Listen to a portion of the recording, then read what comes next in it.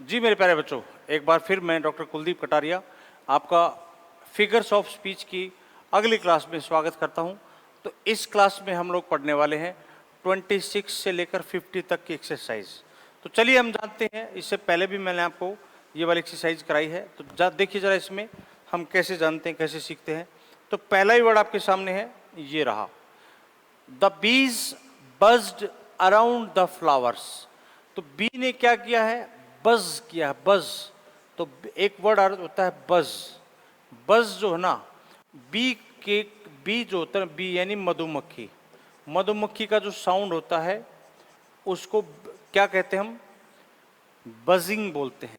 तो जब कोई भी सेम साउंड क्रिएट हो तो उसको हम ओनोमेटोपिया कहा जाता है साहब।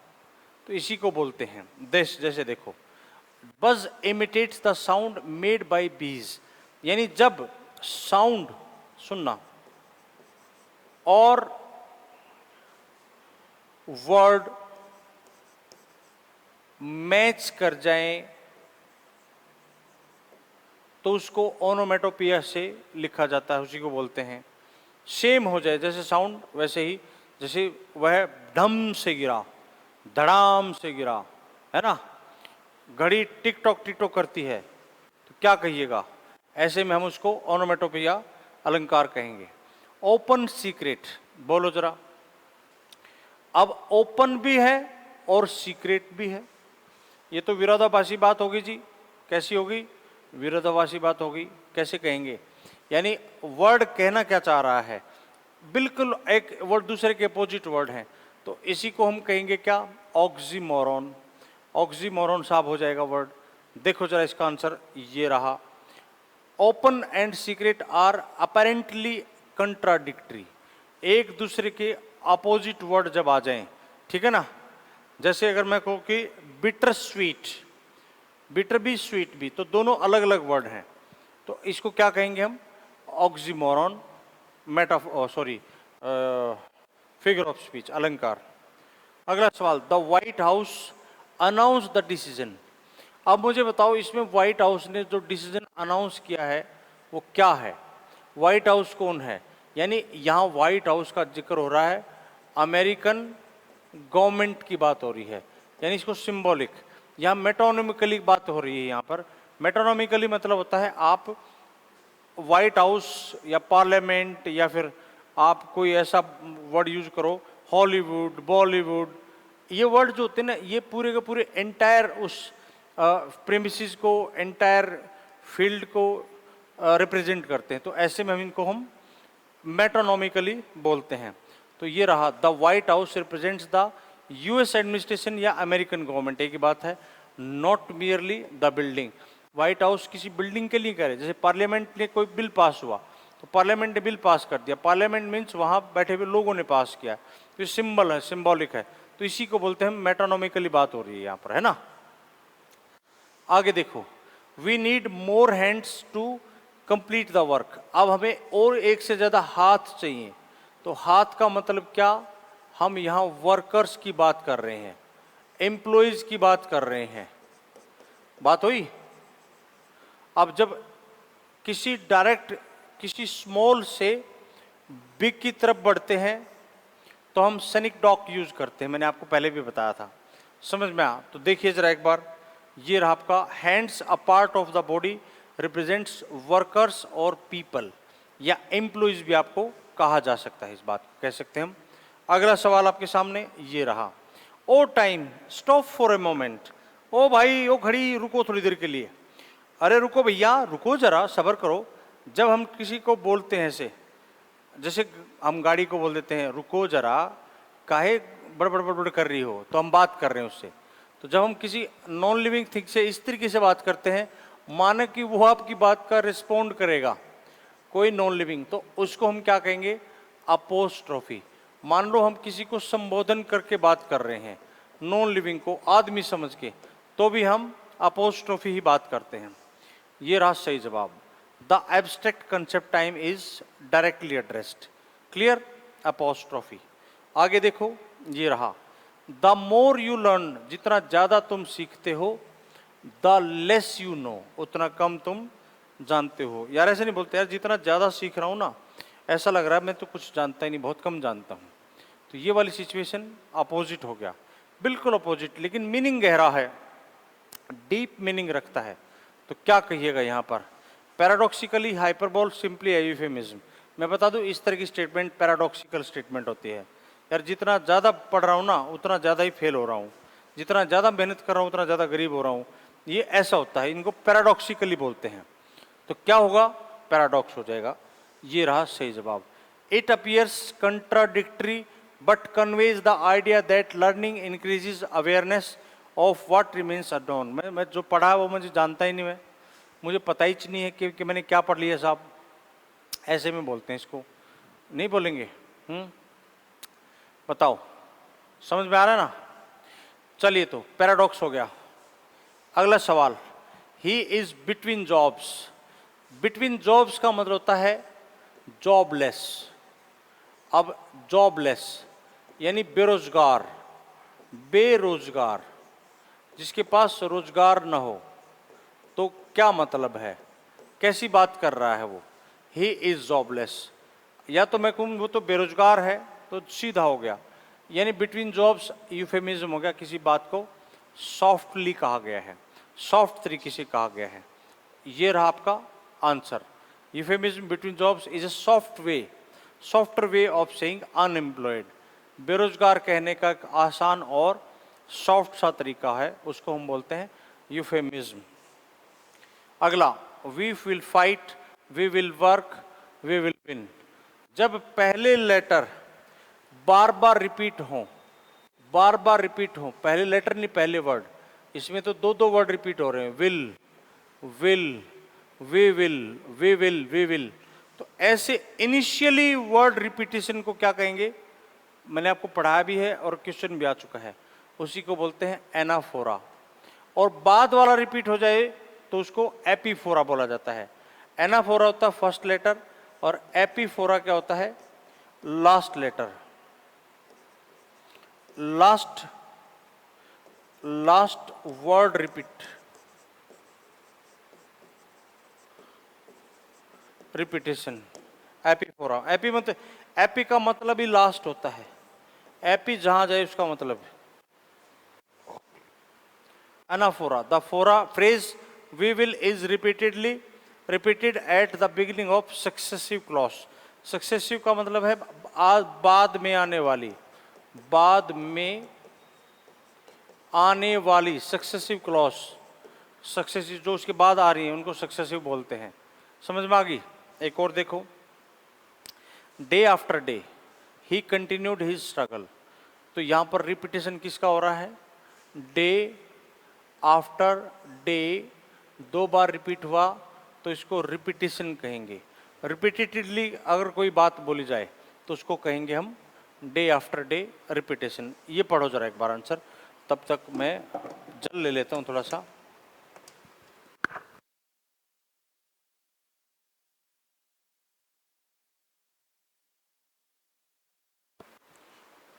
रिपीटेशन, डे का रिपीटेशन हो रहा जी, बार बार किसी बात को दबाव देने के लिए, day by day, day after day.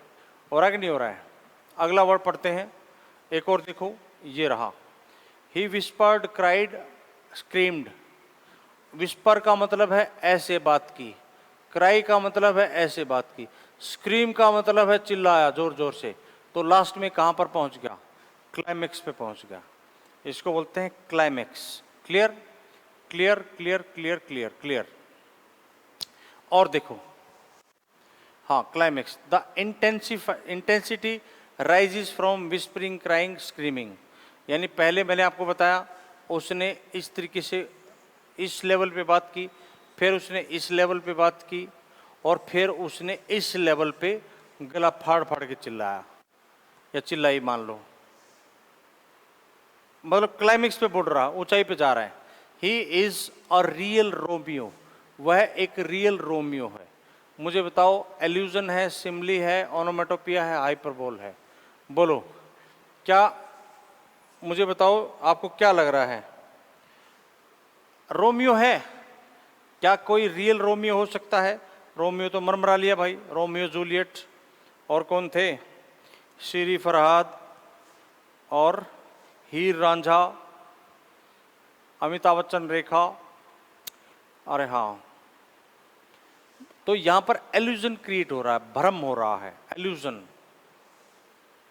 Romeo indirectly refers to Shakespeare's famous romantic character Romeo and Juliet.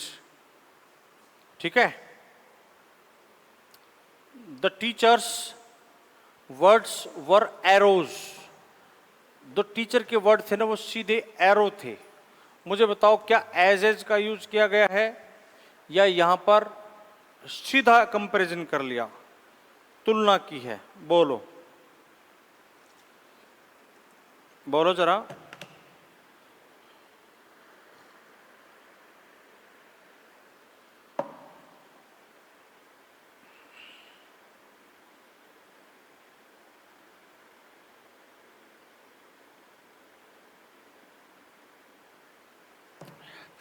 बोलो।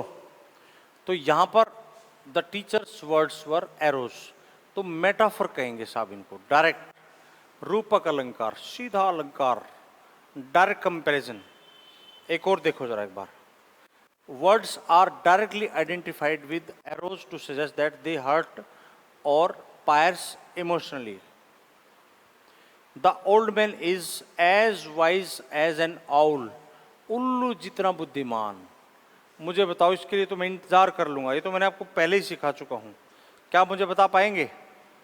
एज वाइज एज, मैं आपका 10 सेकंड इंतजार कर सकता हूं इसके लिए। चलिए काउंटिंग शुरू होगी 10 सेकंड की। क्या सिम्बली है, मेटाफर है, पर्सोनिफिकेशन है, पन है या स्माइल है? ऐसे तो स्माइल नहीं करोगे ना। मैं बता देता हूं, ये आपका एज आ गया, तो इसको हम उपमा अलंकार से जानेंगे। एज हाँ। The angry storm attack the village. Storm कैसा है? एंग्री। मुझे बताओ, एंग्री अगर आ गया तो पर्सन, ह्यूमन से डायरेक्ट कंपैरिजन किया जा रहा है कि नहीं किया जा रहा है? तो क्या कहिएगा यहां पर, सोच के बताओ। मैं बता देता हूं, तो यहां पर आपका पर्सोनिफिकेशन है। ठीक है। एक और देखो, the storm is given the human action attacked. Attacked नहीं, क्या था? एंग्री। एंग्री, अटैक भी कह सकते हो, एंग्री भी। Angry. The clock went tick tock all night. जब कोई भी ऑब्जेक्ट और उसका एक्शन, साउंड और वर्ड मैच कर जाए, तो मुझे बताओ आपका सही जवाब क्या होगा? तो यहां पर सही जवाब क्या होगा? ओनोमेटोपिया हो जाएगा। हो जाएगा नहीं हो जाएगा? देखो, TikTok imitates the sound of a clock, तो उसका साउंड इमिटेट का मतलब होता है नकल करना, नकल करना। जैसे bitter sweet memories remained with her. Bitter भी और स्वीट भी, बिटर भी और स्वीट भी अपोजिट वर्ड हो गए, विरोध हो गया, तो कौन सा ऑप्शन आ गया? ए ऑप्शन आपका सही रहेगा, जिसका मतलब हो जाएगा ऑक्सीमोरॉन। विरोधाभासी बात हो रही है यहां पर, विरोधाभासी बात है तो ऑक्सीमोरॉन को टिक कर देते हैं। एक और वर्ड पकड़िएगा, ये रहा। He lost his job, his house and finally his family. मुझे बताओ यहां पर ही लॉस्ट हिज जॉब, पहले जॉब, फिर अपना घर, एंड फाइनली हिज फैमिली। यहां पर हिज भी आ रहा है, ये भी हो सकता है, लेकिन धीरे धीरे वो अपने किसकी तरफ बढ़ रहा है? सबसे पहले उसने क्या खोया? तो धीरे धीरे वो अपने क्लाइमेक्स की तरफ बढ़ता है साहब। क्लाइमेक्स पे पहले छोटा काम खोया, देखो क्लाइमेक्स ऐसे ऐसे ऐसे ऐसे ऐसे ऐसे, यानी यूं बढ़ता है या क्लाइमेक्स पे पहुंचेगा। हाँ। The statement progresses towards an increasingly serious consequences. सवाल एक और आ गया, can anyone live without water? मुझे बताओ कैसा सवाल है? क्या कोई पानी के बिना जी सकता है? क्या कोई दुखी रहना चाहता है? हैं? Rhetorical question. कौन सा क्वेश्चन आ गया? रिटोरिकल क्वेश्चन आ गया। तो हमारा रिटोरिकल क्वेश्चन है। और देखो साहब, the expected answer is obvious no. Hollywood is releasing many new films. मुझे बताओ, क्या हॉलीवुड किसी व्यक्ति का नाम है? किसी पर्सन का नाम है? नहीं ना। इसका मतलब सिंबल है, यानी किसी को किसी कोई बिल्डिंग, कोई प्रीमिसेस, कोई इंडस्ट्री जब किसी पर्टिकुलर एरिया को रिप्रेजेंट करती है तो उसको हम किस नाम से जानेंगे? बोलो जरा। मेट्रोनॉमी से जा। मेट्रोनॉमी क्या है? देखो, Hollywood represents the American film industry. जैसे हरियाणा, सॉरी, बॉलीवुड है, BOLLYWOOD, बॉलीवुड। ऐसे ही टॉलीवुड होता है कि नहीं है? ऐसे ही हैरीवुड, ये हरियाणा, ये तमिल इंडस्ट्री, ये बॉलीवुड। और ब्रिज जो भोजपुरी है उसको क्या बोलते हैं? पता नहीं भाई, उसको क्या बोलते हैं। तो हमारा Hollywood. All eyes were fix on the speaker. सारी की सारी आंखें स्पीकर के ऊपर टिकी हुई थी। तो मुझे बताओ क्या आएगा?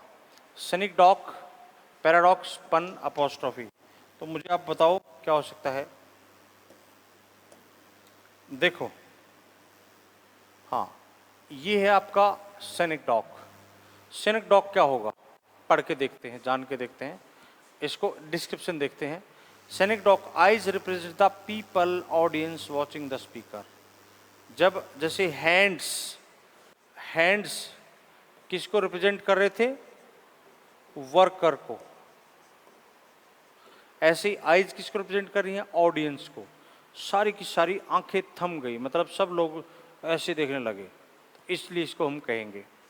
एक और सवाल है, द साइलेंस वॉज डेफ। क्या होता है डेफ? बहरा। साइलेंस कैसा था? बहरा, डेफनिंग, बहरा कर देने वाला, है ना। ऑक्सीमोरन है, विरोध है। डिफेनिंग होता कान फोड़ू, सॉरी, डिफेनिंग, कान फोड़ू, सन्नाटा। इसको बोलते हम कान फोड़ू सन्नाटा। कान फोड़ू सन्नाटा। And silence are contradictory, ideas deliberately combined. Deafening और साइलेंस, कान फोड़ू भी और सन्नाटा भी, साइलेंस भी, मौन भी, दोनों एक दूसरे के सामने जानबूझकर रखे गए हैं कंट्राडिक्टरी, फन पैदा करने के लिए। The government needs more hands. बताओ सरकार को क्या चाहिए? और हाथ चाहिए। अब हाथ का क्या करेगी सरकार? बोलो जरा, सोचो,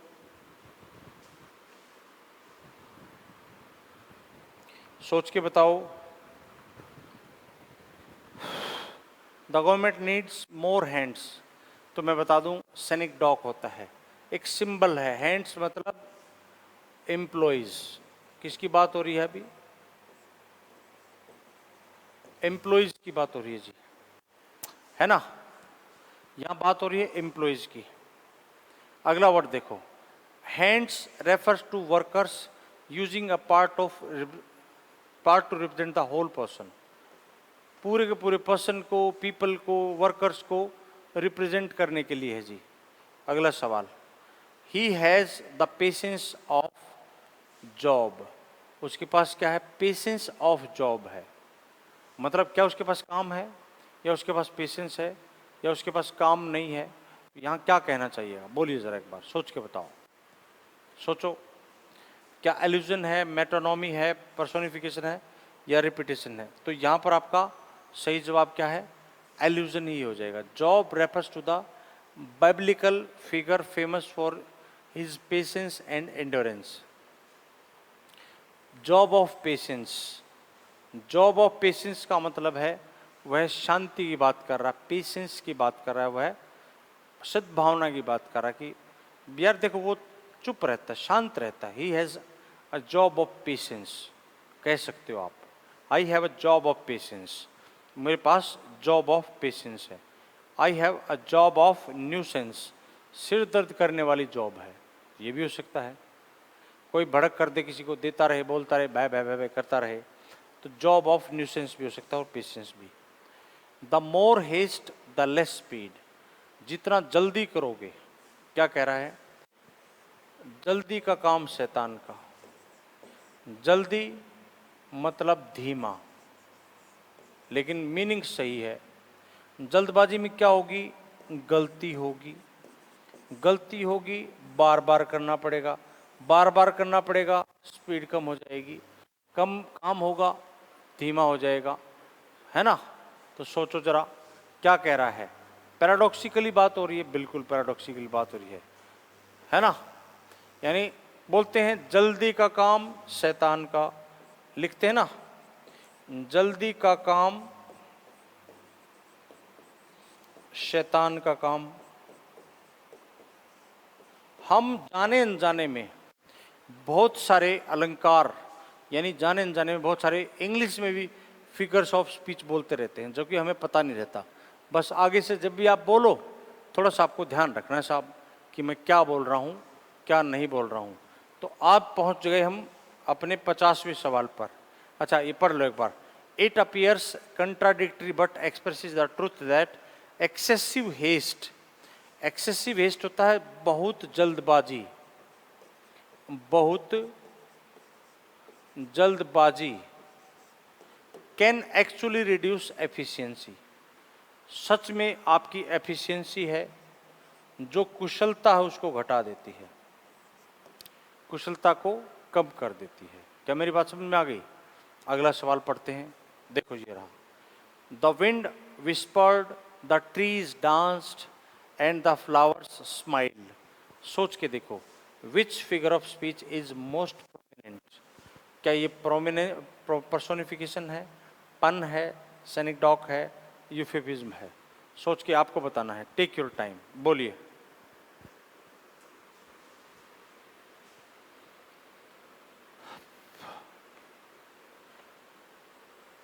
हवा फुसफुसाई, पेड़ नाचे, पत्तों ने मुस्काए। तो ये देखो, फुसफुसाना,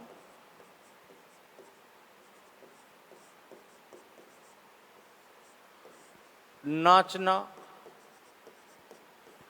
और मुस्काना, मुझे बताओ ये किसके ट्रेट्स हैं? ये आदमी के ट्रेट हैं या किसी पेड़ों के ट्रेट हैं, नॉन लिविंग थिंग्स के ट्रेट हैं?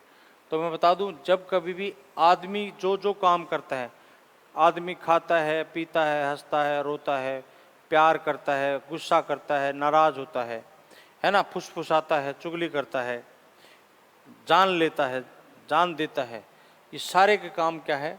मानव के हैं। और मानव से क्या बनता है? मानवीयकरण अलंकार। बहुत रोजाना हम बोलते हैं। तो हमारा मानवीयकरण कौन है? पर्सोनिफिकेशन हो गया। पर्सोनिफिकेशन मतलब मानवीयकरण अलंकार हो गया कि नहीं हो गया? जैसे देखो, आपका सही जवाब आ गया। पढ़ो जरा एक बार, खुद ही पढ़ के देख लो क्या कहता है।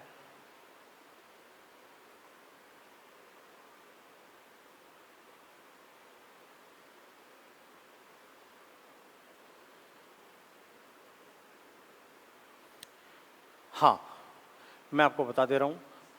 पर्सोनिफिकेशन यानी मानवीकरण, विस्पर फुसफुसाना, डांस करना और स्माइल करना are human actions attributed to non human things, hence the dominant figure is personification. तो यहाँ पर डोमिनेंट का मतलब होता है सबसे सही, सबसे सही जो डोमिनेट करने वाला जो फिगर है, जो आंसर, वो क्या है? पर्सोनिफिकेशन है। तो मेरे प्यारे बच्चों, ये थी एक्सरसाइज, ये थे सारे के सारे अलंकार।